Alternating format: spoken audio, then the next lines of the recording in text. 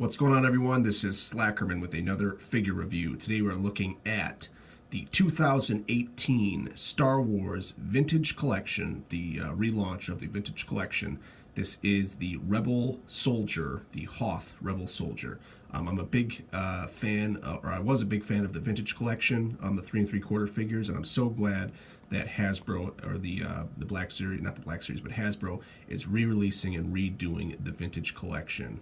This just released today, also at my comic shop, so I picked him up along with Forlom in the 6-inch Black Series. I'm very excited that they're continuing this line, especially for the vehicles that they're going to do. I think one of the first vehicles they showed was the Imperial assault tank, or the hover tank.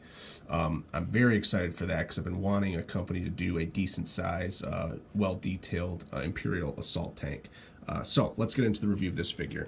Obviously, because it's the Vintage Collection, it comes on a vintage card back, which you can see I've already ripped and destroyed. I do not collect these. I'm not a mint-on-card collector. I like to have my figures displayed. So you have kind of a picture of the young soldier there.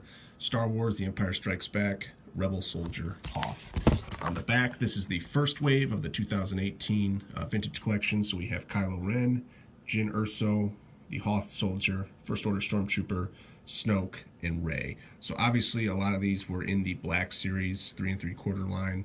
In fact, all of these, I think, except for him, and he's a repack or a re-release from the old Vintage Collection. Snoke obviously is new. So I'm curious how these differ from the Black Series 3 3/4 scale. I'd like to see if someone gets the rest of these, if they're big difference from the Black Series 3 3/4, but I doubt it. As far as the figure itself, again, I think Hasbro did an amazing job with this figure.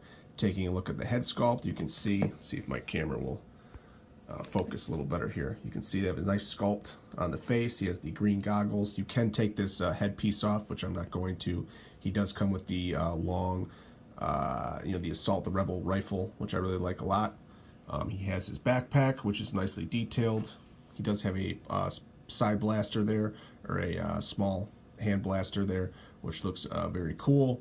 This is soft goods, his kind of like extension of his coat there, and that's some nice fabric that they use going down to the pants. Obviously, he has well insulated combat pants. We have the big, cold weather boots there. So again, tons of detail. The articulation is great on these figures too, as you can see. He can easily get a two-handed rifle pose. You can open up that hand more so he can put it on the end of the rifle. I like the strap that comes with this rifle.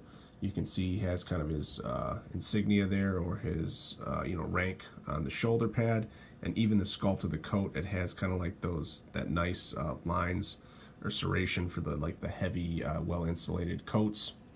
So again, I'm very impressed with this figure. I never picked this up when it was in the original Vintage Collection. So when I saw that they were re-releasing this line, he was one of the ones I wanted to get because I have the old Vintage Collection, the 2 Rebel Commandos, the Endor Commandos, the black and the white soldier. I really like those a lot, so I'm very happy to have now a cold weather soldier, or a Hoth soldier.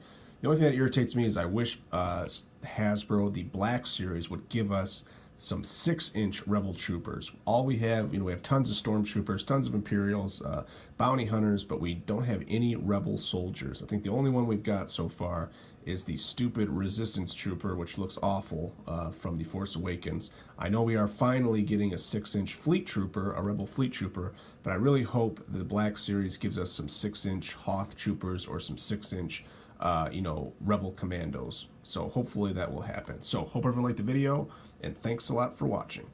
Bye.